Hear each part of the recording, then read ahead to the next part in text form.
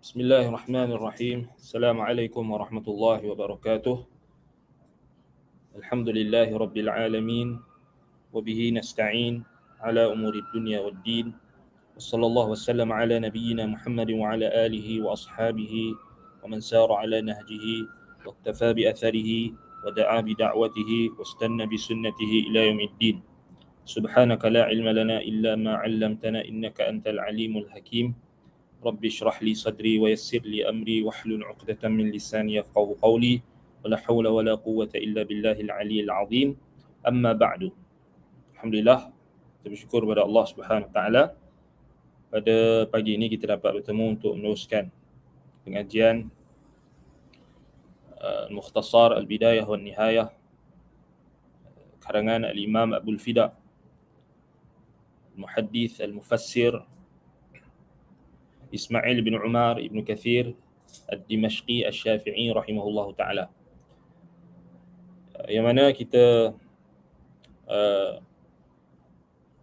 masuk hari ini pada zikru fadli Yunus alaihi salam. Ini menyebutkan tentang fadilat Nabi Yunus alaihi salam. Sedar tak sedar satu jilid ni dah habis. Maknanya 300 muka surat ni, satu jilid ni. Kita dah, maknanya sepanjang kita gunakan kitab ni, kita sepatutnya kita guna yang mukhtasar kan, mukhtasar tapi terlampau ringkas. Jadi terlampau ringkas kita tak dapat banyak faedah. Jadi kita gunakan kitab asal. Jadi alhamdulillah sedar tak sedar maknanya satu ini dah 337 kan. Baik, satu jilid ni berakhir pada ni fadilat Nabi Yunus alaihi salam kan. Maknanya dalam alhamdulillah atas nikmat Allah. Baik, jadi kata Imam Ibn Kathir rahimahullah, zikru fadli Yunus alaihi salam, menyebutkan fadilat Yunus alaihi salam. Qala Allah Ta'ala wa inna Yunus laminal mursalin. Firman Allah Ta'ala, sesungguhnya Yunus benar-benar termasuk dalam kalangan rasul yang diutuskan. Wa dzakarahu ta'ala fi jumlatil anbiya'il kirami fi suratay An-Nisa'i wal An'am alaihim minallahi afdhalus salati wassalam. Jadi Allah Ta'ala sebutkan Nabi Yunus ini termasuk dalam nabi-nabi yang mulia dalam dua surah, surah An-Nisa dan surah Al-An'am. Jadi cukup maknanya bila Allah Ta'ala sebut laminal mursalin itu cukup menunjukkan fadilat. Fa inna Yunus ibn Matta alaihi salam laminal mursalin nabiyyun min anbiya'illah al-kiram. Itu fadilat itu macam mana kita nak faham macam mana ulama istinbat.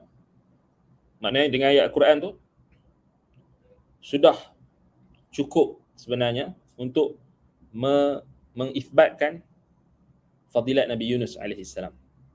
Baik. Wa qala al-Imam Ahmad qala haddathana Waqi' haddathana Sufyan 'an al-A'mash 'an Abi Wa'il 'an Abdullah qala qala Rasulullah sallallahu alaihi wasallam la yanbaghi li'abdin an yaqula ana khairun min Yunus ibn Matta.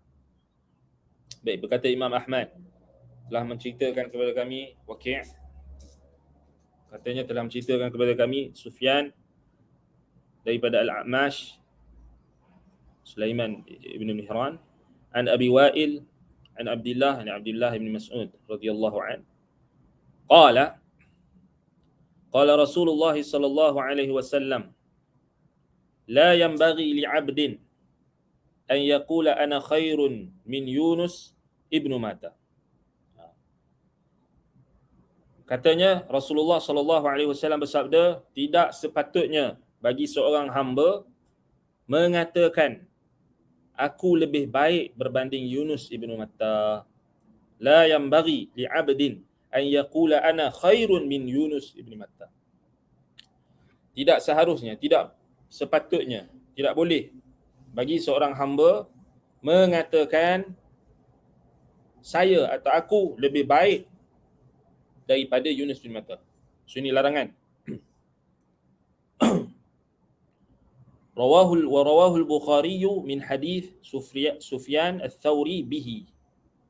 So ini juga dalam lafaz al-Bukhari daripada Sufyan al-Thawri juga dengan lafaz yang sama. So ini dalam riwayat Imam Ahmad, At-Tirmizi, An-Nasa'i, Al-Hakim, dan disahihkan oleh Al-Hakim dan juga disepakati oleh Al-Hafiz Al-Zahabi rahimahullah. Baik. Kita tengok hadis ni, maknanya Nabi SAW melarang mana-mana manusia, mana-mana hamba Allah, mana-mana Muslim untuk mengatakan saya lebih baik daripada Yunus Ibn Matta.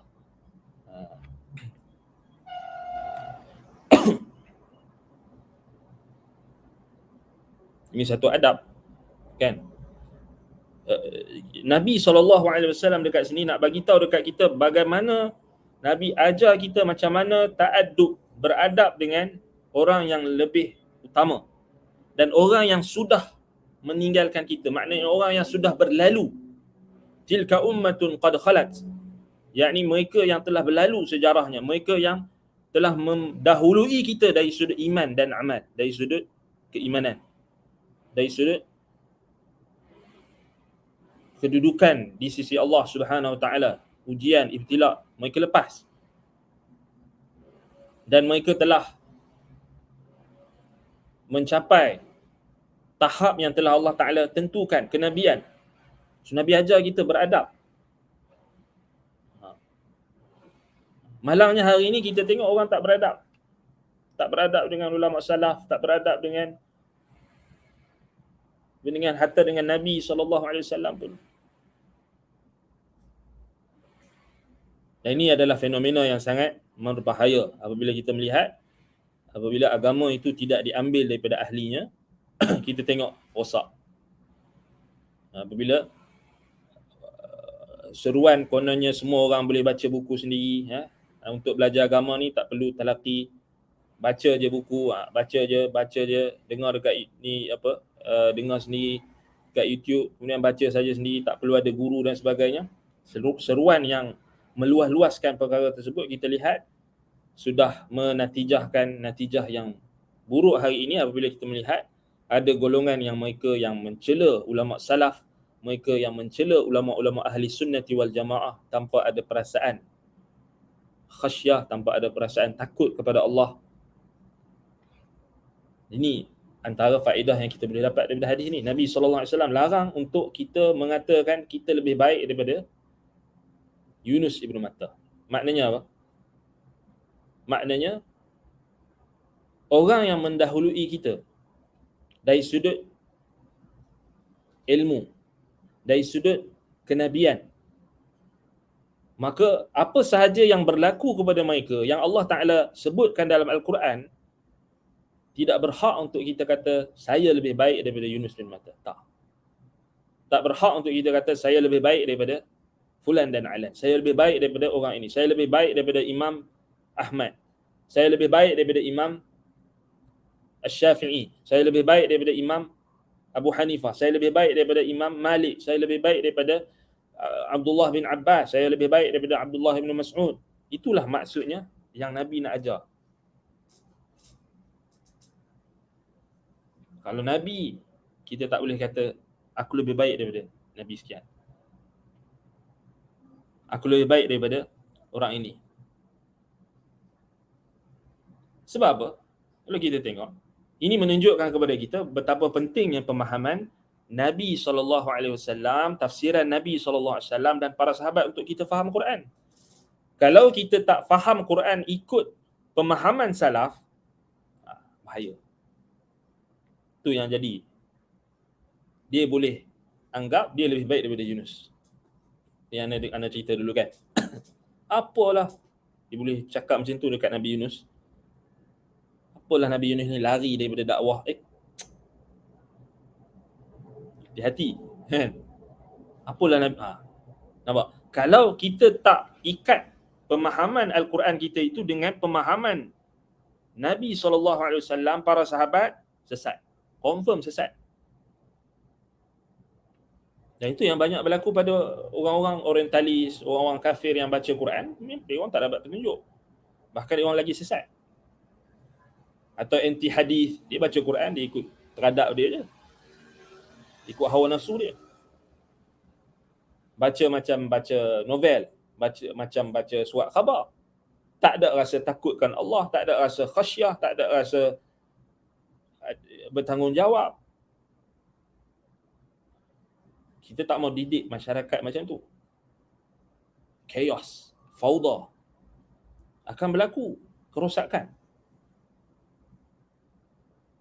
Dan sebab apa itu pentingnya kenapa kita menekankan tentang pemahaman salafus salih. Bukan pilihan, kewajipan. Sebab kita dah tengok. Isu hari ini banyak. Isu akidah, isu akhlak, isu ini, isu politik, isu banyak.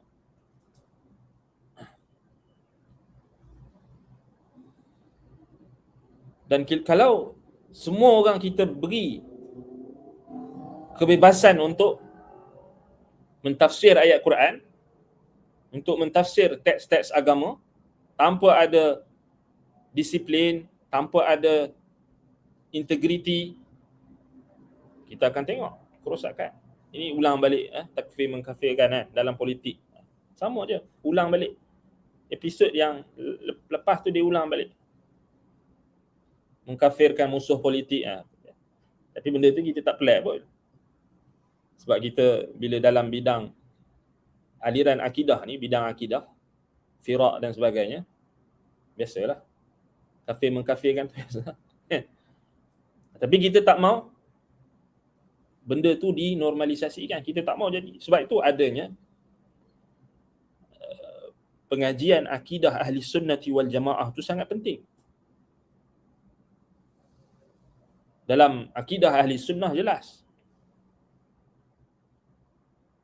Dalam kitab-kitab akidah salaf jelas. Larangan mengkafirkan seorang Muslim tanpa hak. Ancaman, man qala li akhihi ya kafir faqad ba'a bihima ahaduhuma atau faqad ba'a bihi ahaduhuma. Atau kama qala sallallahu alaihi wasallam, barang siapa yang mengatakan kepada saudaranya wahai kafir tanpa ada bukti, tanpa ada semata-mata tuduhan, maka tuduhan itu akan kembali kepada salah satu daripada keduanya. Kata sebahagian ulama, tuduhan tu akan berpatah balik kepada yang menuduh. Maksud dia. Bukan mudah. Sebab apa? Sebab tak diikat dengan satu disiplin. Maknanya manhaj, metod yang mundabit, metod yang mu'tabar. Orang boleh buka Quran, baca terjemahan sendiri, boleh buat tafsiran sendiri dan sebagainya. Tidak ada ikatan. Ya, ada ayat-ayat Quran yang semua orang boleh faham, tak ada masalah. Bukan kita nak larang orang baca terjemahan, baca, cari petunjuk, mengaji. Tapi dalam masa yang sama bukan membataskan ataupun menganggap beranggapan tak penting mengaji ni. Tak penting bertalaki. Alah. Buat apa ada guru? Semua ada kitab dah sekarang ni, kita baca saja. Ini bahaya. Bahaya. Jadi kita kena ingat kan, sahabat-sahabat kita, kawan-kawan kita yang baru nak kenal agama, yang baru nak mengaji agama, kan? Kita tengok hari ni alhamdulillah orang-orang tak kira lah apa saja orang, macam mana latar belakang dia kan, pendosa ke, pembuat maksiat ke, apa ke, Allah Ta'ala boleh bagi petunjuk kepada sesiapa yang dia kehendaki. Innaka la tahdi man ahbabta walakinallaha yahdi man yasha. Allah Ta'ala bagi petunjuk kepada siapa yang dia kehendaki. Siapa yang dia kehendaki itu, Allah Ta'ala tak pernah kata hanya orang agama saja yang dapat petunjuk. Tak. Kadang-kadang orang agama pula yang Allah sesatkan. Jangan kita duduk syok sendiri. Takut. Kita yang mengaji agama ni lagilah kena takut. Dalam masa yang sama, bila kita melihat ada pendosa, ada orang yang fasik, orang yang mungkin masih lagi jahil dan sebagainya, berjinak-jinak untuk mengenali agama, maka kita kena support, tolong. Tak kira lah artis ke, siapa ke, support. Tetapi kita jangan biasakan fenomena menjanjikan bulan dan bintang kan. Mana menjanjikan bulan bintang, kalau kamu masuk, kamu kena agama ni, kamu akan dapat gini. Tak. Itu yang menyebabkan ramai orang yang bertaubat. Selalu yang artis-artis yang bertaubat kan. Dulu banyak orang petikai kan. Kenapa? Dia tu kembali bertaubat, lepas tu dia kembali membuat maksiat, kembali membuka aurat contoh, kembali membuat perkara-perkara yang tak sepatutnya dan sebagainya. Kerana kita lihat taubat itu tak khalis, tak nasuh, bukan taubat yang murni.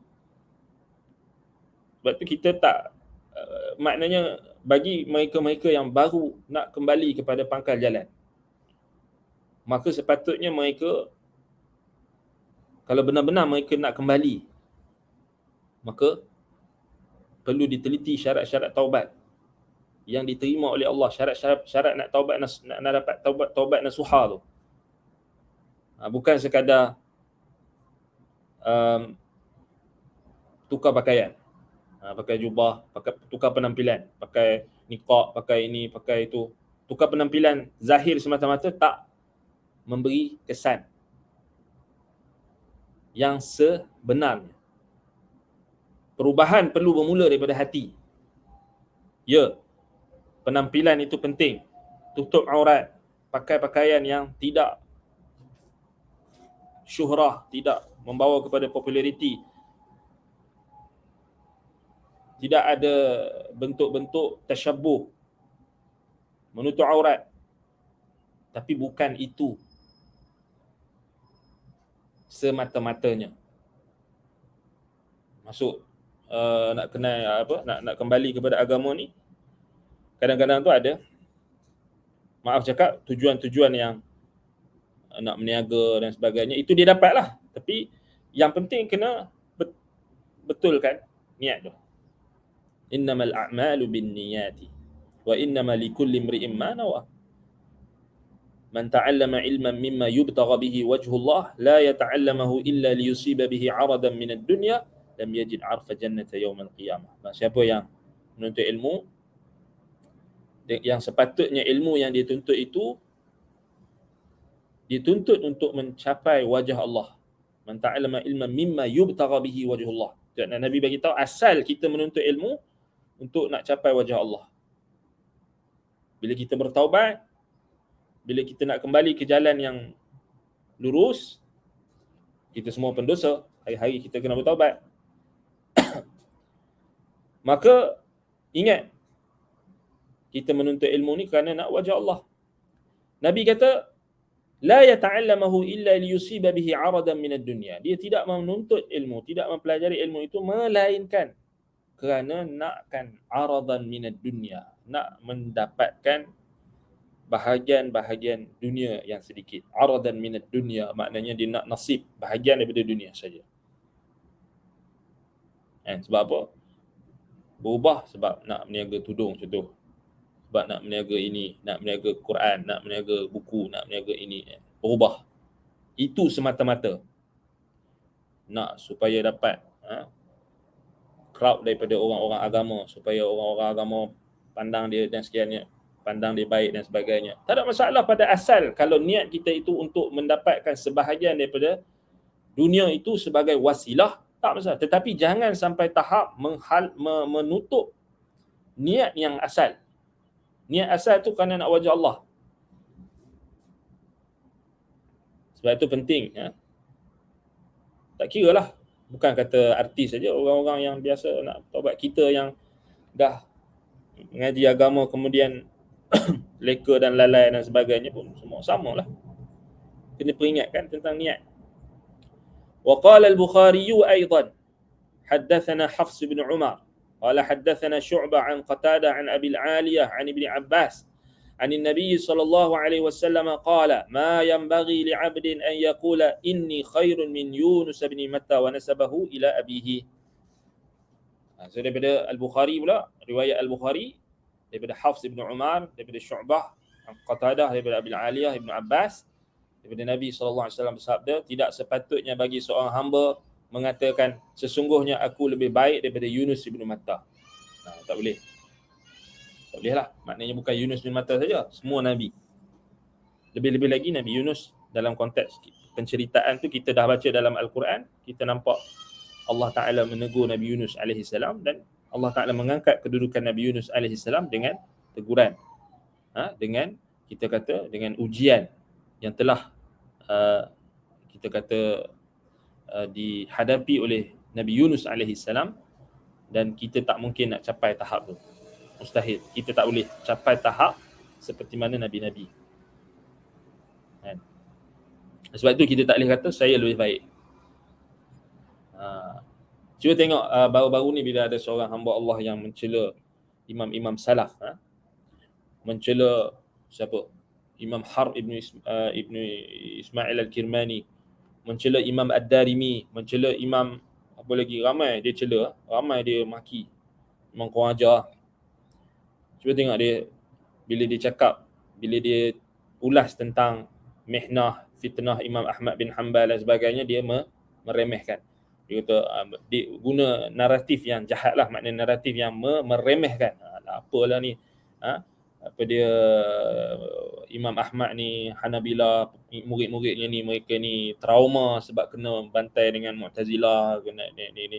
Dia seakan-akan tak nampak benda tu adalah ujian yang berat. Dia nak kata alah apalah kan. Cakap je lah Quran tu makhluk, apa susah. Macam tu perangai. Macam contoh mihnah Imam Ahmad. Ni orang macam ni lah, orang yang jenis tak faham hadis ni. Kan? Tu yang mana pula kata Al-Bukhari tak faqih. Macam tu. Ini. Maknanya Nabi SAW bagi tahu tentang tak boleh kamu kata benda yang tak baik kepada salaf. Termasuk Nabi-Nabi, termasuk sahabat, termasuk ulama salaf, tabi'in, atba'ut tabi'in. Dan ulama yang sudah disepakati ketokohan mereka dalam khidmat mereka kepada Islam. Imam Al-Bukhari antaranya. Selamba dia je cakap Imam Al-Bukhari tak faqih. Ini jenis orang macam ni kita sangat bahaya. Lepas tu siapa faqih kamu? Kamu faqih apa? Kamu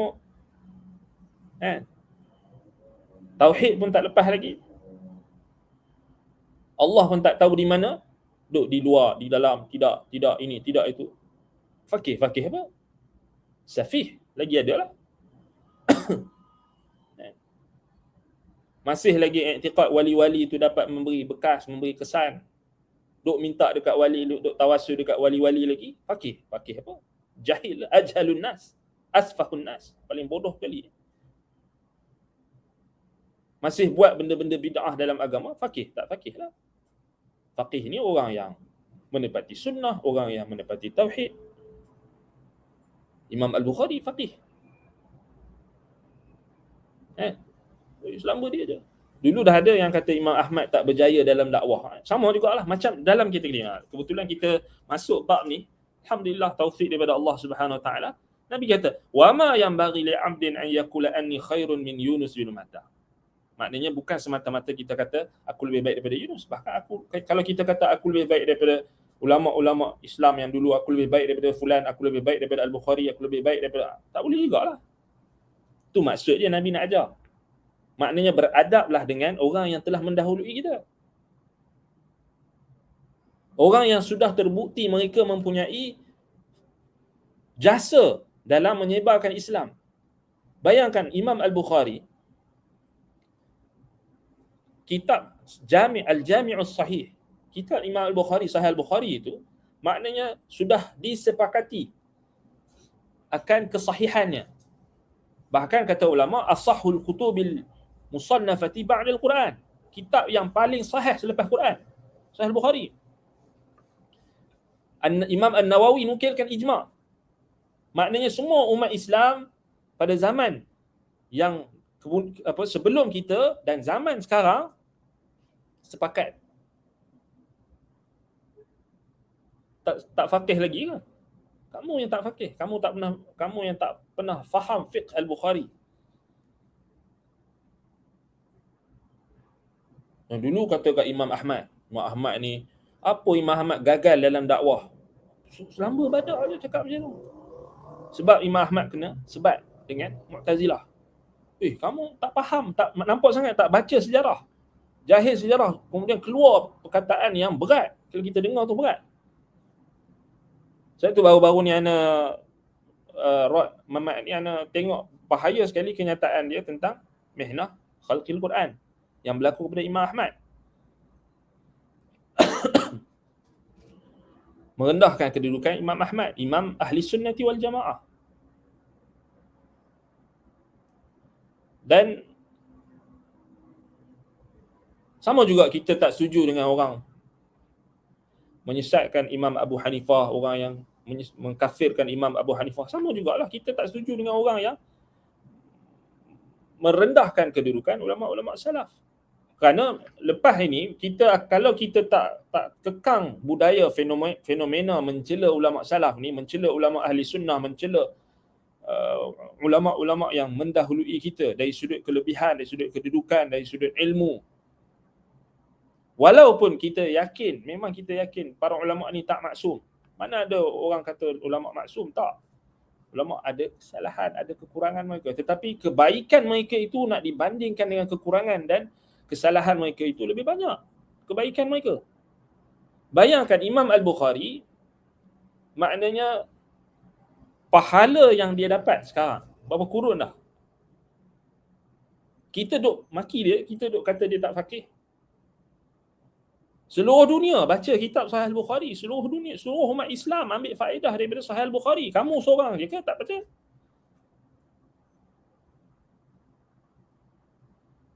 Ni masalah. Puncanya baca tapi satu tak baca, satu lagi baca hanya ambil tabarruk je, nak berkat. Ambil sanad. Tu bangga. Aku ada sanad Sahih Bukhari tapi tak faham. Ini kebanyakan orang-orang geng-geng apa yang apa panggil ni? Geng-geng sufi, geng-geng tabligh apa semua ni yang ya kita tak nafikan mereka ada dengar Sahih Bukhari dan sebagainya tapi tak faham. Yang kita dengar cerita kan, kalau simpan dalam rumah Sahih Bukhari itu akan dilindungi daripada malapetaka, daripada pencuri. Itu je. Itu macam mana nak dapat faham? Sebab tu kamu tak faqih, kamu tak faham pasal kamu tak baca betul-betul. Kamu hanya baca syarat, ambil riwayat, ambil sanad, bangga. Apa beza kamu dengan himar yang Allah Ta'ala sebut dalam Quran, perumpamaan, mathalul ladzina hummilut taurata thumma lam yahmiluha kamathalil himari yahmilu asfara. Apa beza kamu dengan perumpamaan yang Allah Ta'ala umpamakan orang yang memikul kitab, thumma lam yahmiluha, kemudian dia tak faham apa yang dia pikul. Duk bangga tunjuk tayang kitab, tayang sanad, tapi kau tak faham apa kandungan kitab tu. Mathalul ladzina hummilut taurata, ini Taurat. Ini ahli kitab, Taurat, orang Yahudi. Thumma lam yahmiluha kamathalil himari yahmilu asfara. Seperti himar, keledai yang memikul kitab-kitab. Asfara mana kitab-kitab yang banyak. Ada manfaat? Tak ada manfaat. Apa beza kamu dengan Yahudi yang pandai baca kitab tu banyak tapi tak beriman dengan Nabi Muhammad? Kufur dengan Nabi Muhammad, kufur dengan Nabi Isa alaihi salam.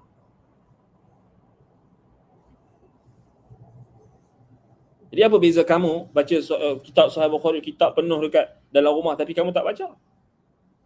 Kemudian kamu kata faqih, tak faham. Tak ada beza. Kamu yang seperti himar. Kemudian kamu mengatakan pada orang yang kamu jahil akan fiqhnya, akan kitabnya itu, ini masalah. Tak, ini memang masalah yang kita kata masalah semua dalam masyarakat kita ni macam tu. Quran tak faham. Baca je, hafal saja, tak faham. Kan?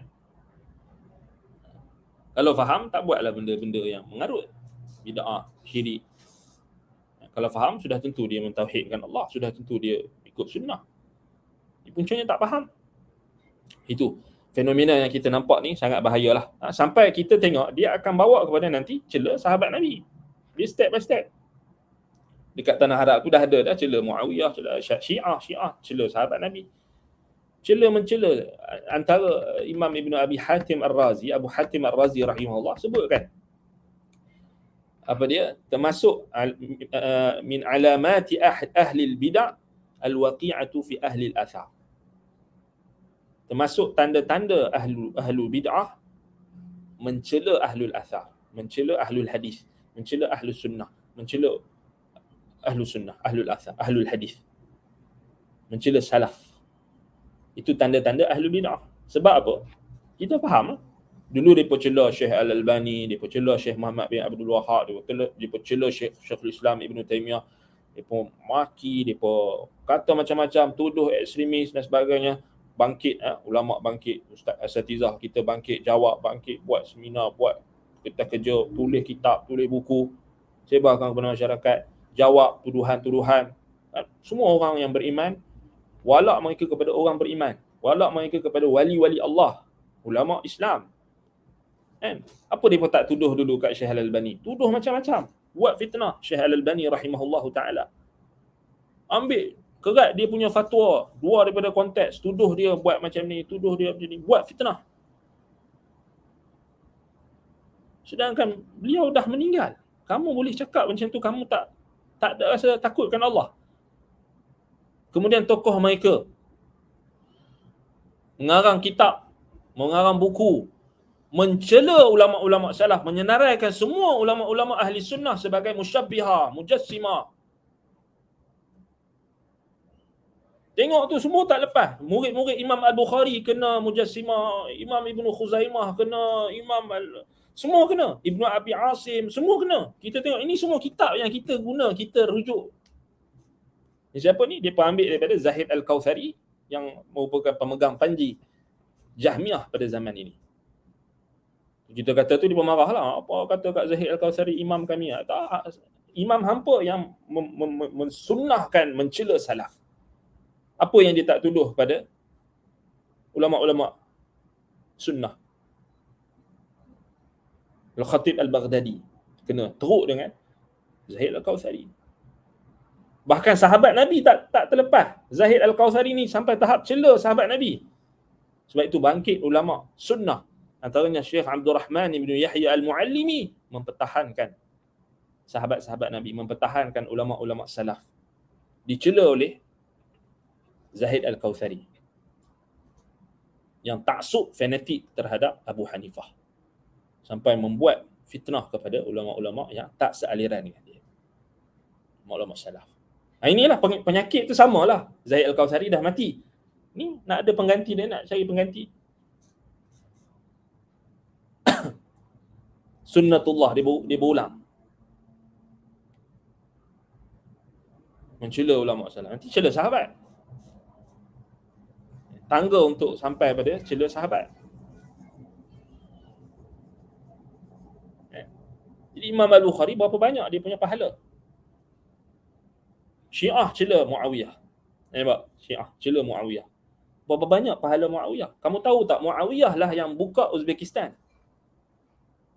Maknanya Muawiyah, zaman Muawiyah lah Islam tu sampai ke Uzbekistan. Maknanya semua pahala yang Al-Bukhari dapat kat Muawiyah, sahabat Nabi.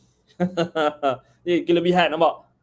Sebab itu kita kena muliakan sahabat Nabi, agungkan sahabat Nabi, hormat mereka, doakan kebaikan untuk mereka, doakan taraddi radhiyallahu anhu kepada ulama-ulama kita, sahabat Nabi, imam kita, sahabat-sahabat Nabi, sahabat kita, sahabat Nabi, sahabat kita, imam kita, contoh ikutan kita.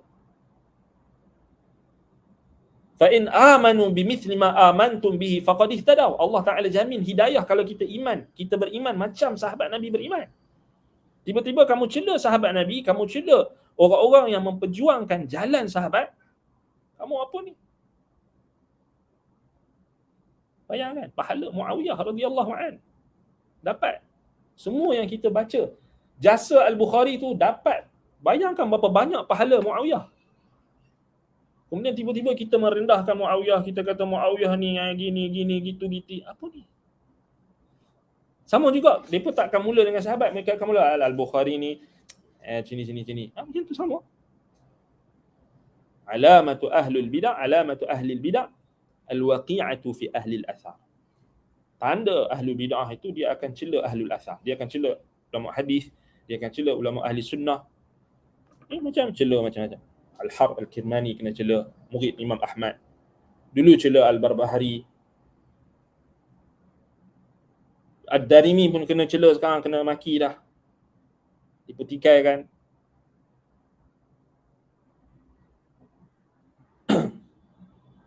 Tak ada rasa takut. Wallahu musta'an. Wa qad rawahu al-Imam Ahmad an Affan an Hammad bin Salamah an Ali bin Zaid an Yusuf bin Mihran an Ibn Abbas an Nabi sallallahu alaihi wasallam qala wa ma yanbaghi li 'abdin an yaqula ana khairun min Yunus bin Matta tafarrad bihi Ahmad. Sama juga riwayat Imam Ahmad, iaitulah apa? Sabda Nabi sallallahu alaihi wasallam, tidak sepatutnya bagi seorang hamba mengatakan aku lebih baik daripada Yunus bin Matta. Diriwayatkan oleh Al-Hafiz Abdul Qasim At-Tabarani, menceritakan kepada kami Muhammad bin Hasan bin Kaisan, menceritakan kepada Abdullah bin Raja' Anba'ana Israel, menceritakan kepada kami Israel an Abi Yahya Al-Qattat an Mujahid an Ibn Abbas Rasulullah SAW qala la yanbaghi li ahadin an yaqula ana 'inda Allah khairun min Yunus bin Matta. Ini dengan lafaz yang berbeza tapi maknanya lebih kurang samalah. Tak sepatutnya seseorang individu mengatakan aku lebih baik di sisi Allah berbanding Yunus bin Matta. Baik.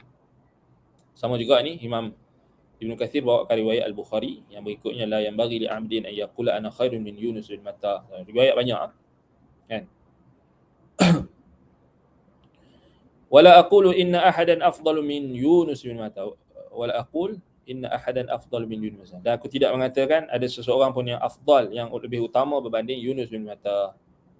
La yanbaghi li ahadin an yaqul ana khairun min Yunus bin Matta. Laisa li ahadin an yufaddila nafsahu ala Yunus. Maknanya kata Imam Ibn Katsir, tak boleh mana-mana orang dia mendakwa atau mengatakan dia lebih utama daripada Yunus.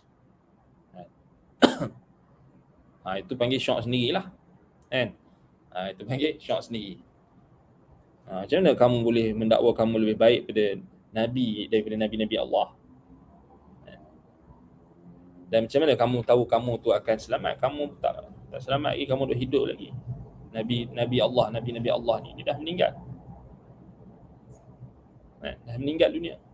Dan mereka dah bertemu dengan Allah Subhanahu wa taala.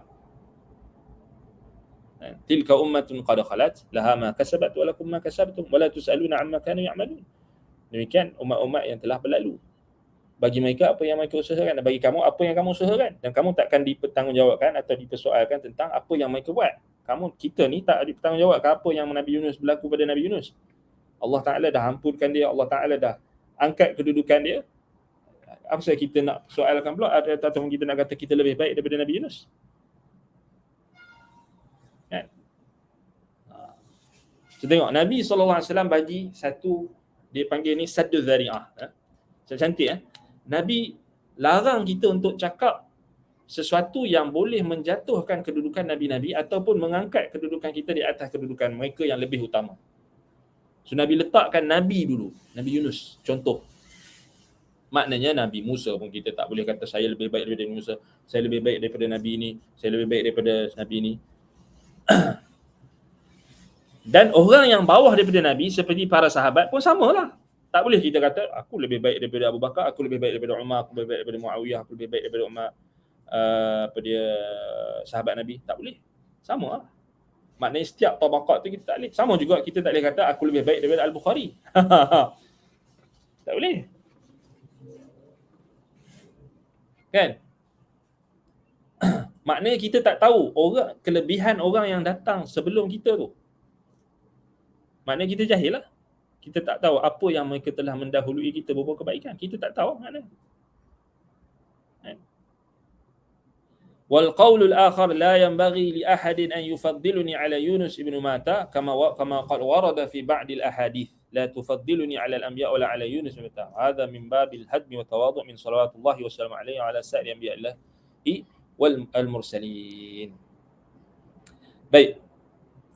Dan pendapat yang berikutnya, pendapat ulama, ya, sebahagian ulama yang lain, tidak sepatutnya seseorang mendahulukan aku berbanding Yunus bin Matta. Maknanya ini satu tafsiran lagi. Yang ulama kata satu tafsiran lagi, maknanya Nabi kata dekat sahabat, jangan kamu kata aku lebih baik daripada Yunus. Walhal memang Nabi SAW lebih afdal daripada Nabi Yunus dengan ijma'. Based pada hadis yang lain, Nabi kata la tufaddiluni 'ala al-anbiya wa la 'ala Yunus bin Matta. Jangan kalian mendahulukan aku di atas nabi-nabi dan bukan juga atas Nabi Yunus. Tidak juga atas Nabi Yunus. Kata Imam Ibn Katsir, ini min babil hadmi wa tawadhu'. Ini adalah tawadhu' Nabi. Tawadhu' Nabi sallallahu alaihi wasallam atas nabi yang lain. So Nabi tak mau angkat diri dia. Walhal Allah Ta'ala memang angkat Nabi sallallahu alaihi wasallam, wa rafa'na laka dhikrak inna a'tainaka al-kautsar. Allah Ta'ala memang angkat kedudukan Nabi, ana sayyidu waladi Adam wala fakhr. Nabi adalah penghulu anak Adam seluruhnya. Tapi Nabi SAW nak ajar tawadhu', merendah diri. Sama jugalah kita tak bolehlah kata mana-mana orang yang mendahului kita daripada ilmu, pengalaman, saya lebih baik daripada dia. Tak beradab lah kan. Hatta dengan guru kita ataupun dengan sahabat kita yang mungkin sepengajian dengan kita, itu pun kita tak boleh lah kata saya lebih baik daripada dia, saya lebih tak boleh. Ana khairun minhu. Ini bukan uslub seorang mukmin, itu uslub iblis. Iblis saja yang kata ana khairun minhu, aku lebih baik daripada dia, aku lebih baik daripada Adam. Ini ananiyah. Dan rasa lebih baik daripada orang lain ini bukanlah sifat yang mahmudah, bukan sifat yang mahmudah, bukan sifat terpuji, sifat yang madmumah. Maknanya kita tak boleh kata kita lebih baik dari fulan dan alan. Satu saja keadaan dan situasi yang kita boleh sombong atau kita boleh angkat diri kita untuk di atas orang yang lain, satu saja. Ketika membantah orang yang batil, ahli batil. Ketika membantah orang yang menyelewengkan agama. Ketika membantah orang yang menyelewengkan sunnah, orang yang menyelewengkan hadis, orang yang menyelewengkan agama, maka diharuskan untuk kita kata saya lebih baik daripada dia. Waktu tu saja boleh. Maknanya kita kata dia jahil lah. Tapi bukanlah secara mutlak kita kata aku lebih baik daripada dia dari segenap sisi. Boleh jadi orang tu dia ada kebaikan dia dan sebagainya yang kita mungkin tak ada. Tapi kerana kita nak mempertahankan agama, kita nak mempertahankan sunnah, kita nak mempertahankan hak Allah dan Rasul, so diharuskan ketiga itu dan tak dikira sombong. Kita tengok macam ulama-ulama sunnah karang kitab rad atas ahli bid'ah. Orang zaman sekarang ni mengaji, dengar ustaz tulis keras sikit, dia kata keras dah. Dia tak baca kitab-kitab ulama ahli sunnah yang rad ahli bid'ah, rad ahli batil dan sebagainya, dia kata lagi keras. Uslub. Cuba baca naqd Bishr al-Marisi ala naqd Uthman ibn Sa'id ad-Darimi ala Bishr al-Marisi al-Anid, Jahmi al-Anid. Macam mana uslub ulama sunnah bila bantah orang yang jahat, orang yang memerangi agama, yang memerangi sifat-sifat Allah, membatalkan agama, membatalkan sifat-sifat Allah. Kerana mereka mempertahankan agama. Bukannya menyombongkan diri itu dengan bermakna katanya dengan secara mutlak. Bukan kita kata hanya kata saya lebih afdal daripada dia, saya lebih afdal daripada dia, tapi apa benda? Bukan macam tu. Saya lebih utama dia, tak. Dan larangan jugalah untuk kita membanding-bandingkan antara para nabi dengan tujuan untuk merendahkan kedudukan nabi-nabi itu, tak boleh. Nabi Muhammad lebih afdal daripada Nabi Yunus. Nabi Yunus ni kira nabi larang. Tak boleh. Kan? Walaupun kita kata memang pada hakikatnya Nabi Muhammad sallallahu alaihi wasallam memang afdalul anbiya bi ijma'il ummah, dengan ijma' umat. Nabi SAW lebih afdal daripada seluruh nabi-nabi. Tapi kalau dengan tujuan untuk membanding-bandingkan, dengan tujuan untuk merendahkan nabi yang lain, untuk kata nabi yang lain itu tak bagus dan sebagainya, tak boleh. Contohnya Nabi seorang sahabat bila dia bergaduh dengan Yahudi tu kata Nabi Musa lebih afdal, dia pun berkata, oh tak, Nabi Muhammad, dia pun ditampak Yahudi yang kata Nabi Musa lebih afdal. Nabi Muhammad marah. Dia kata bukan macam tu. La tufaddiluni bainal anbiya, la tufaddiluni 'ala al-anbiya. Nabi tegur, tak boleh lah. Sama juga zaman sekarang ni, kalau kita ada guru, itu maksudnya kita nak faham fiqh para sahabat, fiqh Nabi SAW didik para sahabat ni macam ni. Zaman sekarang ni kita praktikkan lah. Tak boleh lah kita membanding-bandingkan antara guru kita. Contoh, kita mengaji, kita ada ramai guru. Lepas tu kita pun banding, guru ni dia lebih ni daripada dia. Alah, ustaz ni gini. Kita banding-banding untuk menjatuhkan kedudukan mana-mana guru. Tak boleh. Tetapi kalau membandingkan itu atas dasar untuk membuat perbandingan dari sudut ilmu, ataupun dari sudut kita kata apa, dari sudut perkara yang bukan membawa kepada merendahkan kedudukan atau melecehkan ataupun membawa kepada pergaduhan. Yang banyak berlaku yang bergaduh kan, berebut anak murid, berebut tok guru. Masalah berebut tok guru. Dia ustaz kami, bukan ustaz kamu. Dia ustaz kami, bukan ustaz kamu. Ustaz pun tak bagi peringatan. Ustaz pun biar je. Tak boleh lah. Berebut anak murid. Tak boleh jadi juga berebut anak murid. Ini jemaah aku, ini anak murid aku. Jangan ambil dia, jangan ni gini. Kalau kata dia nak selamatkan anak murid dia tu daripada sesat, daripada ahli bid'ah ke daripada lain cerita. Ni masalahnya kerana dunia belaka. Semata-mata kerana dunia tak boleh lah. Itu maknanya Nabi SAW bagi tahu hadis ni, la yanbaghi li ahadin an yaqul ana khairun min Yunus bin Matta la tufaddiluni 'ala al-anbiya. Ni semua inilah maksud dia. Apa yang kita kena amalkan inilah. Jangan kita banding-bandingkan, jangan bandingkan diri kita dengan orang lain untuk menjatuhkan orang lain. Jangan bandingkan kita orang individu dengan tujuan untuk merendah-rendahkan, menghinakan. Masalahnya itu yang berlaku pergaduhan dan sebagainya sebab kadang-kadang fanatik kepada guru. Dan itu yang berlaku pada tokoh-tokoh yang taksub tadi tu. Dia fanatik dengan Abu Hanifah sampai dia kritik orang yang kritik Abu Hanifah. Ulama-ulama yang level hebat-hebat kritik Abu Hanifah pun habis dia jatuhkan. Bahkan sahabat Nabi ataupun tabi'in yang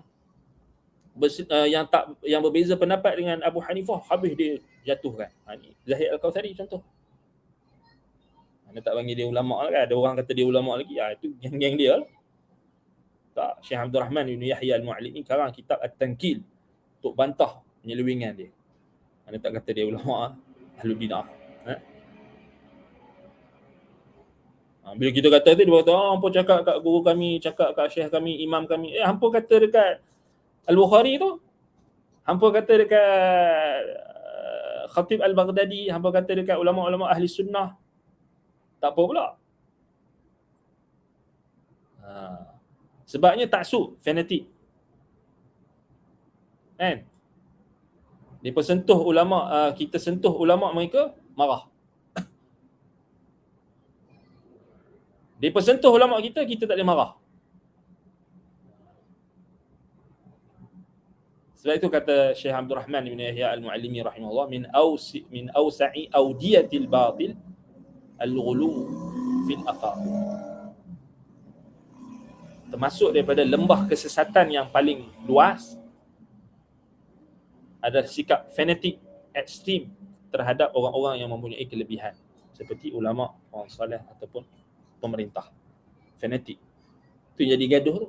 Ini fanatik dengan pemimpin ni, ini fanatik dengan parti politik dia, hak ni fanatik dengan Perdana Menteri ni, hak ni fanatik dengan mantan Perdana Menteri, hak ni duk bergaduh.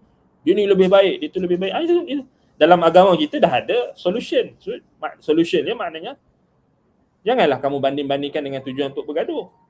Ambil kebaikan mereka, ini apa dia kebaikan dia, bandingkan dari sudut positif lah. Agama kita lengkap, komplit ni. Ni etika, adab. Sama jugalah mengaji agama. Ni duk bergaduh tok guru, siapa lagi alim, lagi hebat, siapa lagi hafalan kuat, siapa. Lepas tu tak faham apa. Siapa lagi banyak share, siapa lagi, tu yang jadi. Last sekali mengaji tak faham apa. Hanya bangga dengan tangkap gambar dengan syekh ni, tangkap gambar dengan syekh tu, nak ada nama saja. Last sekali buat benda yang apa yang dia belajar tak faham. Wallahul musta'an. Baik, intaha al-juz'ul awal min kitab al-bidayah wan nihayah wa yalihi al-juz'ul thani wa awwaluhu dhikru qissati Musa alaihi salam. Jilid kedua kisah Nabi Musa alaihi salam. Baik, maknanya kita selesai kisah Nabi Yunus alaihi salam ni dengan zikru fadli Yunus alaihi salam. Kita tak syarah semua sebenarnya ni, tapi kita masuk, maknanya boleh kata ana boleh kata 70% ataupun 70% ataupun 70% daripada kitab ni. Maknanya kita baca. Alhamdulillah, walillahil hamdu wal minnah. Wala haula wala quwwata illa billahil aliyil azim. Maknanya sinilah kita selesai apa dia, al-bidayah wan nihayah pada kisah Nabi Yunus alaihi salam untuk jilid pertama. Maknanya kalau kita ada kelas minggu depan, maknanya kita akan mula masuk jilid yang kedua, maknanya kisah Nabi Musa alaihi salam. Kisah Nabi Musa alaihi salam. Baik, alhamdulillah.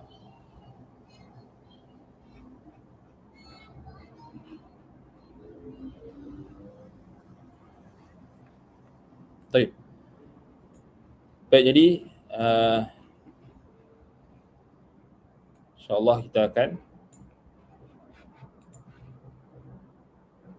kalau ada soalan berkait dengan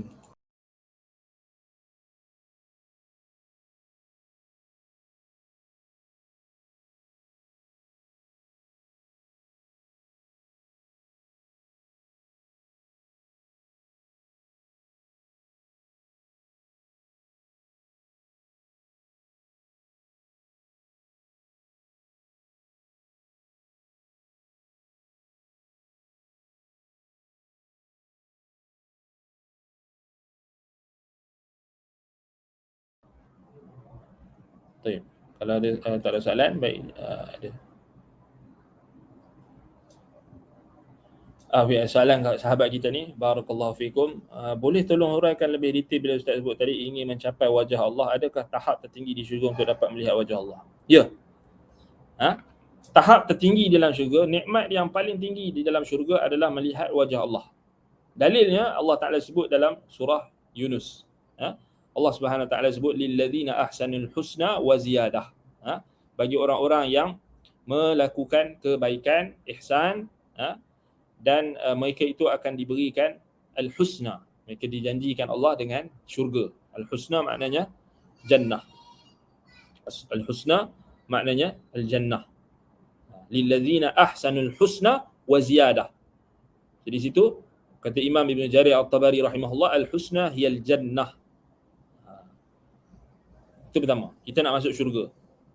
Wa ziyadatun. Lilladzina ahsanul husna wa ziyadatun. Orang yang buat baik, orang yang buat ihsan, baginya jannah, baginya syurga, al-husna. Wa ziyadatun, dan penambahan. Ziyadah ni bonus. Tu Allah kata tu, ziyadah. Kata Imam Ibn Jarir At-Tabari rahimahullah, az-ziyadatu 'alaiha, yang tambahan, bonus adalah melihat wajah Allah. An-nadharu ila wajhillah, nadharu ila Allah. Datang riwayat daripada Abu Bakar As-Siddiq, an-nadharu ila wajhi rabbihim. Datang daripada Abu Bakar As-Siddiq, datang daripada Amir bin Sa'ad, an-nadhar ila wajhi Rahman. Hudzaifah ibn al-Yaman, sahabat Nabi semua ni tafsir. Bahkan sabit juga daripada Nabi sallallahu alaihi wasallam, Nabi sallallahu alaihi wasallam tafsirkan ayat ini dengan melihat wajah Allah. Dan Nabi minta doa, Allahumma inni as'aluka ladzatan nazar ila wajhik. as'aluka ladzatan nazari ila wajhik wasyauq ila liqa'ik. Nabi SAW dalam doa baginda, Nabi minta, ya Allah, aku memohon kelazatan melihat wajahmu. Dan itu termasuk daripada akidah ahli sunnati wal jamaah, melihat wajah Allah dalam syurga. Termasuk daripada sifat an-nazar, maknanya kita melihat wajah Allah tu, Allah ada wajah, termasuk dalam akidah ahli sunnati wal jamaah yang disepakati oleh ahli sunnah. Para sahabat Nabi, tabi'in semua sepakat. Wujuhun yawma idzin nadhirah ila rabbiha nadhirah. Wajah-wajah orang beriman pada hari kiamat, pada hari mereka dimasukkan ke dalam syurga nanti, wujuhun yawma idzin, Allah Ta'ala sebut nadhirah. Wajah-wajah mereka berseri-seri, cantik. Ila rabbiha nadhirah, mereka melihat kepada Tuhan mereka. Wujuhun yawma idzin na'imah, sudah surah Al-Ghasyiyah. Wajah-wajah orang beriman pada hari tersebut penuh kenikmatan, penuh nikmat. Tengok wajah Allah.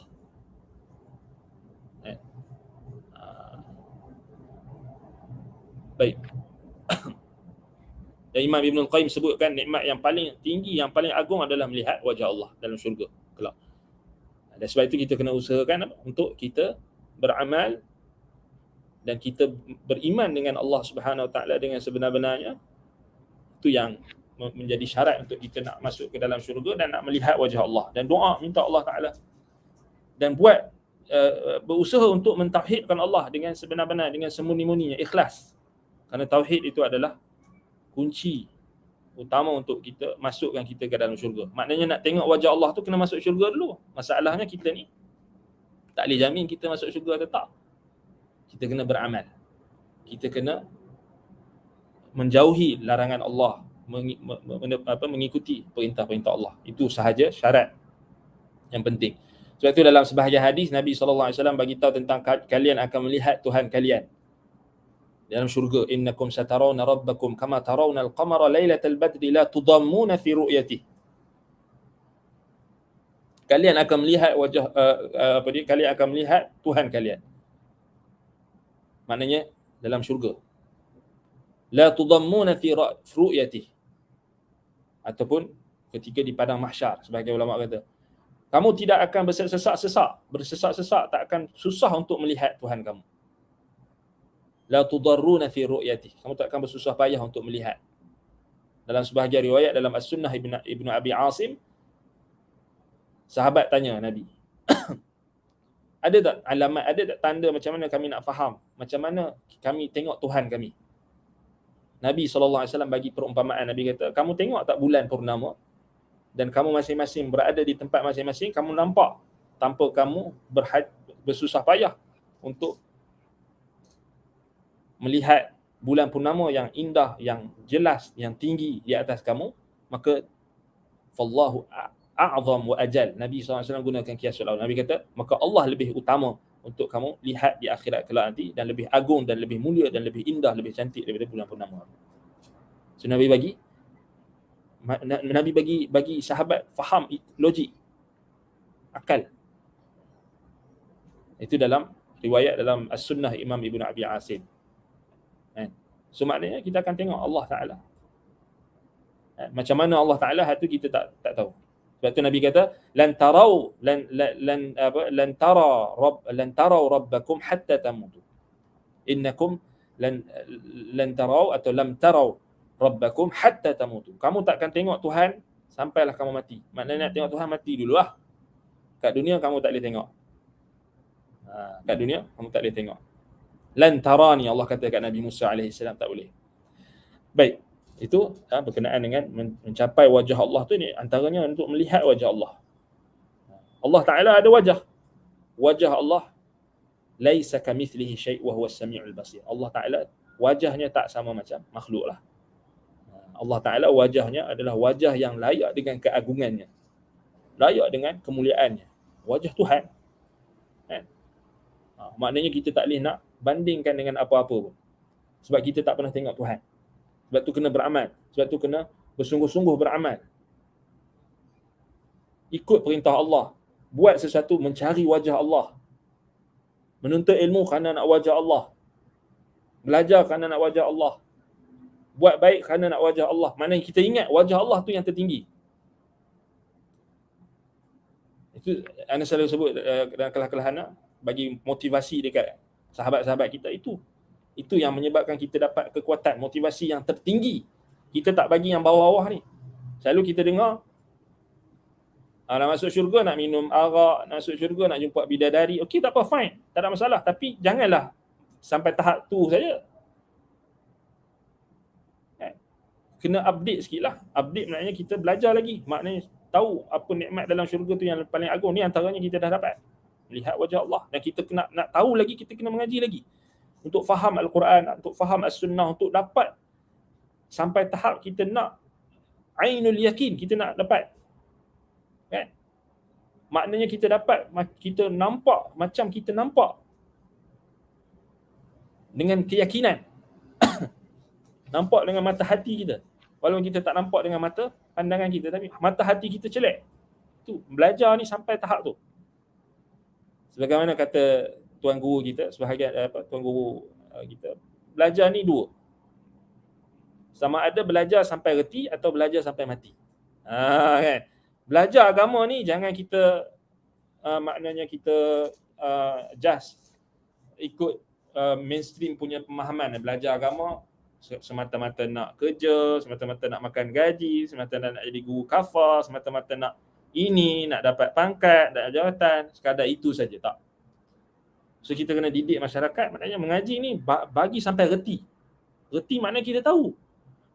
Supaya orang tak boleh tipu kita. Ajaran sesat datang ke, orang ni nak scam kita ke, nak tipu ke, kita reti, kita tahu. Kan? Ataupun belajar sampai mati. Dua je. Belajar sampai reti atau sampai mati. Ini tuan guru kita, Syekh Dr. Abdul Basit. Dia share dia punya status dia. Terbaca. Kita pakat kongsi. Alhamdulillah. Waalaikumsalam warahmatullahi wabarakatuh. Bagaimanakah seharusnya sikap pengikut atau pelajar ilmu sunnah ketika ulama ahli sunnah dihina, dicela atau direndah-rendahkan? Baik. Sikap ahli sunnati wal jamaah ketika ulama ahli sunnah dicela dan sebagainya disebutkan oleh para ulama yang mengarang kitab-kitab adab dan kitab-kitab tentang ta'zim al-ilmi, contohnya kitab-kitab seperti Hilyatul Talibil Ilm, kitab-kitab yang membincangkan tentang adab-adab penuntut ilmu. Antaranya adalah apa? Seorang penuntut ilmu, seorang pelajar ilmu sunnah ini, mereka hendaklah wajib mereka mempertahankan kehormatan ilmu dan ahlinya. Itu termasuk dalam rangka kita menghormati ilmu dan kita mengagungkan ilmu. Antaranya adalah kita mempertahankan kehormatan ulama-ulama ahli sunnah yang dicela ataupun yang dituduh ataupun yang difitnah. Mengikut kemampuan kita masing-masing. Fattaqullaha mastata'tum. La yukallifullahu nafsan illa wus'aha. Maknanya ikut kemampuan kita. Contohnya, macam kita belajar dalam kelas kita ini, kita belajar kitab yang dikarang oleh Al-Hafiz Imam Ibn Kathir rahimahullah.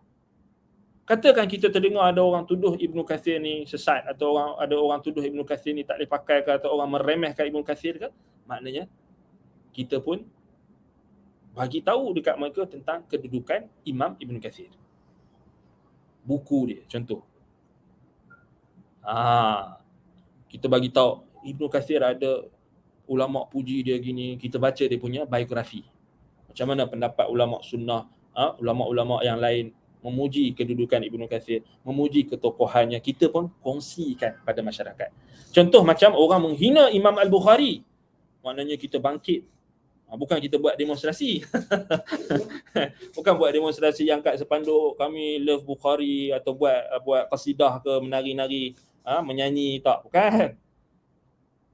Antaranya menggunakan media sosial, maknanya kita kongsikan tulisan-tulisan ataupun tulisan-tulisan Imam Al-Bukhari, pujian-pujian ulama kepada Imam Al-Bukhari.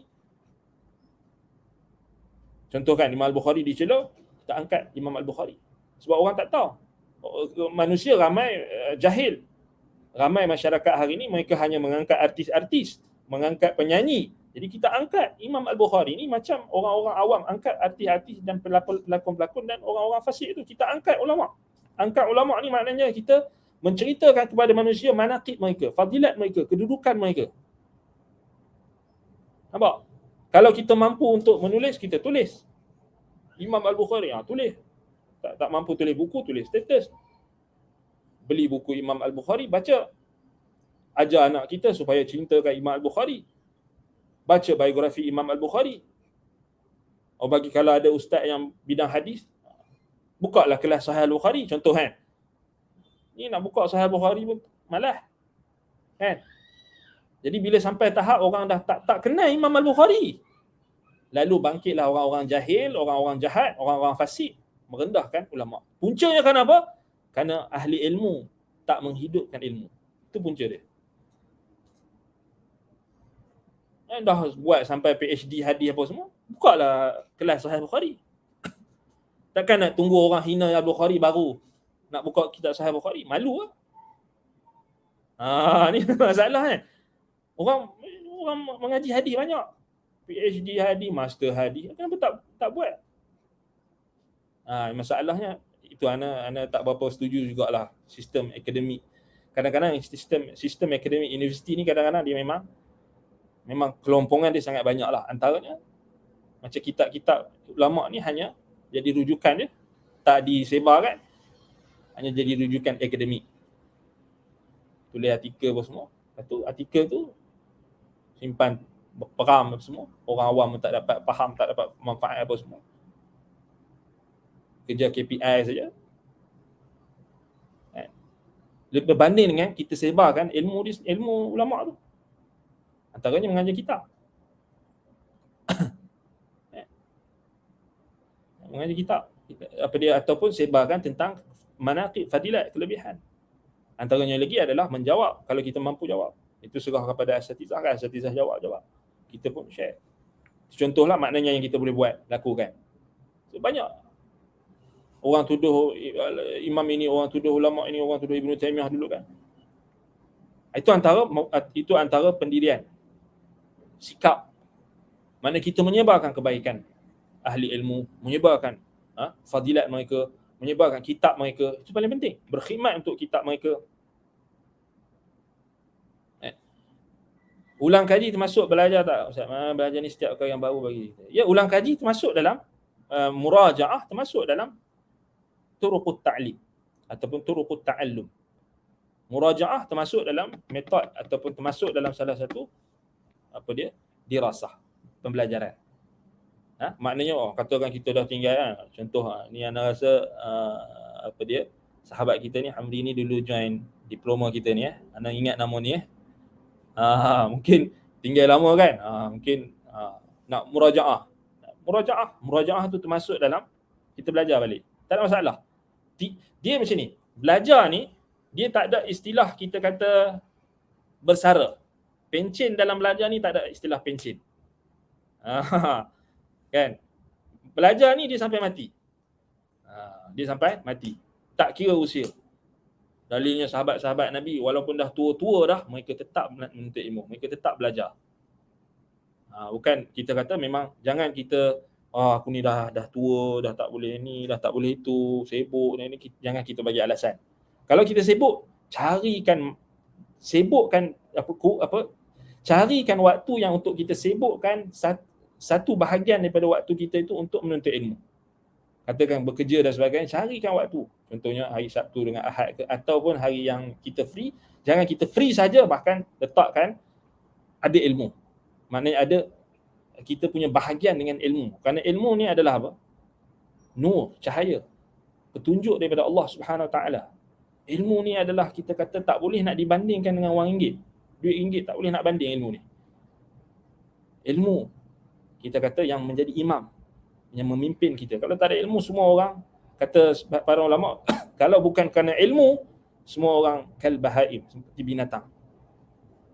Itu belum lagi fadilat menuntut ilmu, doa malaikat kepada orang menuntut ilmu, kemudian doa binatang-binatang, doa hingga ikan di lautan pun doakan untuk orang yang menuntut ilmu, orang yang menyebarkan ilmu, orang yang berkhidmat untuk ilmu, semua tu ada. Saham dia. Sebab tu jangan kita maknanya apa? Murajaah, ulang kaji termasuk belajar. Kan? Masuk belajar. Walaupun kadang-kadang kita dah belajar benda tu, tapi boleh jadi pengetahuan kita tentang satu isu yang mungkin kita dah belajar tu naqis, kurang. Bila kita murajaah, ada ilmu baru yang sampai. Dia macam tu. Dia kena faham. Ilmu ni, dia kita, sebab apa ulama suruh kita murajaah, ulang kaji? Contoh satu kitab kan. Satu kitab tu, kenapa ulama kata jangan kamu baca satu kitab tu walaupun dia ringkas, lepas tu kamu tinggalkan terus. Kamu dah khatam satu kitab tu, kamu tinggalkan terus. Tak buka dah, berabuk. Macam kita baca Quran, kenapa kita kena ulang-ulang surah Al-Fatihah untuk tathbit, untuk kukuhkan dalam hati kita. Untuk kukuhkan ilmu tu dalam hati kita. Sebab tu kena ulang-ulang. Tak boleh kita tinggal terus. Saya kata ulama, kalau kita dah khatam satu buku, contoh kita buku yang ringkas Usulul Salasah, kita ulang lagi. Kan? Ulang. Untuk kita dapatkan tathbit, yakni peneguhan. Ataupun kita apa yang kita dah belajar ke dulu kat kelas kita dengan ustaz kita, ada nota ke, kita pun baca balik, tengok balik nota ni, buang habuk-habuk tu kan, ataupun itu macam itulah. Macam tu. Dan kalau itu cara kita untuk mendapatkan ilmu, maknanya kita hargai ilmu tu, maknanya kita berusaha untuk ulang kaji, Allah Ta'ala akan tambah. Wa yazidullahu alladhina ihtadaw huda. Allah akan tambah orang yang cari petunjuk dengan petunjuk. Liyazdadu imanan ma'a imanihim. Allah Ta'ala akan tambah iman dengan iman. Kalau kita cari ilmu, maknanya kita dah, walaupun kita dah belajar tu, alah benda ni aku dah dengar dulu. Tapi kadang-kadang ada benda yang mungkin kita dah dengar, tapi ada faedah baru. Ada faedah baru. Ataupun dulu kita tak faham. Bila kita masuk balik, baru faham. Kali kedua, kali ketiga, baru faham. Kan? Alhamdulillah. Wa iya di PIYT ada playlist boleh murajaah. Kita punya program diploma tu dia ada playlist, kita dapat playlist rakaman, kita boleh murajaah. Dengar je. Dan benda tu kadang-kadang mungkinlah kita anggap macam apa benda ni kan, mungkin kita tak faham lagi. Tapi percaya cakap Ana, kalau kita betul-betul nakkan ilmu, kita nak ambil manfaat daripada ilmu, kita ulang, setiap kali kita ulang tu kita akan dapat faedah baru. Kalau betul-betul kita nakkan ilmu, dah akan dapat. Maknanya mungkin dulu mungkin ustaz yang ajar kita tu dulu dia mungkin masih baru, penjelasan dia kurang apa, kita kata mungkin ada kekurangan. Kita dengar yang kali kedua, kali ketiga, beza. Contoh guru kita tu mungkin ada dia, yalah guru kita pun sama juga, mereka sentiasa upgrade ilmu dia orang, menambah bacaan dan sebagainya. Jadi kita pun kena buat benda yang sama supaya kita taklah terlampau ketinggalan. Bila guru kita tu dah bagi tahu something yang mungkin agak tinggi, so kita tak adalah ketinggalan sangat. Aku boleh catch up. Ini dah belajar dah dulu, aku dah dengar dulu ni, aku mengaji dulu. Contoh kan, aku tentang akidah, tentang isu ni, tentang ini, topik ni, okey pernah dengar. So kita taklah ketinggalan. Kan? Hatta kalau kita rasa ketinggalan pun jangan kita putus asa. Letakkan keazaman, semangat, aku tak faham lah apa benda Jahmiyah ni kan, contoh kan. Apa benda ustaz ni cakap Jahmiyah dan sebagainya, bla bla, aku tak faham lah. Jangan kita putus asa. Awal-awal tu memang kita tak faham. Tapi bila kita sabar, kita sabat, kita tetap murajaah lagi. Sebab itu syarat nak dapat ilmu ni antaranya apa? Selain daripada kena ada zakat, kecerdasan, tuluz zaman, wasuhbatul ustaz. Maknanya dia memang tempoh dia memang lama. Dan bersahabat dengan ustaz, maknanya kita bersahabat dengan guru kita. Bersahabat ni maknanya kita dah cuba untuk ambil manfaat daripada dia. Kan? Macam salaf dulu, mereka akan ambil manfaat daripada guru tu. Hatta kalau guru tu pergi berjalan dekat pasar ke apa, mereka akan pergi kan, berkhidmat. Tolong tu bukan berkhidmat saja, bahkan mereka nak dapatkan ilmu, nak belajar akhlak dia, nak belajar adab dia, nak belajar dia punya, nak ambil pandangan dia dan sebagainya, nak ambil nasihat kan. So macam tu. Maknanya macam zaman kita sekarang ni mudah dah, kita ada guru-guru kita ada dia orang punya tulisan, dia orang punya media sosial, kita boleh follow, kita boleh baca kan. Memanglah mungkin agak ada benda-benda yang mungkin kita tak faham lagi dan sebagainya, tapi sabar, kita tahan diri. Kita bertanya, situ proses untuk dapat ilmu. Proses dapat ilmu. Bukan semata-mata kita maknanya kita langsung kita ada setengah orang dia anggap tak perlu, ustaz ni dah tak perlu untuk bimbing aku boleh baca buku sendiri sebagainya. Itu kadang-kadang itu yang banyak berlaku, salah faham, sesat, tak betul dan sebagainya, kerana kita kata kerana dia tidak mengikut metodologi apa dia kita kata dan adab dalam menuntut ilmu. Innamal ilmu bitta'allum, sebab disebut oleh para sahabat, ilmu itu dengan dituntut tu antaranya innamal ilmu bittalaqi, dengan bertalaqi dan diambil daripada guru. Wallahu ta'ala a'lam bis-shawab. Wa fikum barakallah wa iyyakum. Jadi semoga Allah SWT memberkati apa yang kita sampaikan. Maknanya minggu depan kita masuk ni lah kisah Nabi Musa alaihi salam. So Nabi Musa adalah Nabi Agung Bani Israel, dan kisah Nabi Musa antara kisah yang paling apa kita kata yang paling banyak faedah selain dari kisah-kisah Nabi lain, dan kisah Nabi Musa AS yang paling banyak juga yang disebut dalam Quran. Penting. So Nabi Musa dengan Nabi Muhammad ni dia ada tasyabuh, dia ada persamaan. Jadi insyaAllah kita akan masuk maknanya juzuk yang kedua ni, kisah Nabi Musa AS, Nabi Bani Israel, Moshe ataupun Musa, nama dalam Hebrew disebut Moshe, Musa AS kita akan bincangkan. Dan Nabi Musa ni antara Nabi yang maknanya yang kita katakan banyak faedah-faedah yang kita boleh dapat daripada kisah Nabi Musa AS insyaAllah dalam kitab ini Al-Bidayah wa Nihayah. Barakallahu fikum. Naktafi bihadzal qadar. Aqulu qawli hadza wa astaghfirullah li wa lakum. Subhanakallahumma wa bihamdika asyhadu an la ilaha illa anta astaghfiruka wa atubu ilaik. Sallallahu ala Muhammadin wa ala alihi wa sahbihi wa baraka wa sallam. Alhamdulillahirabbil alamin. Wassalamu alaikum warahmatullahi wabarakatuh.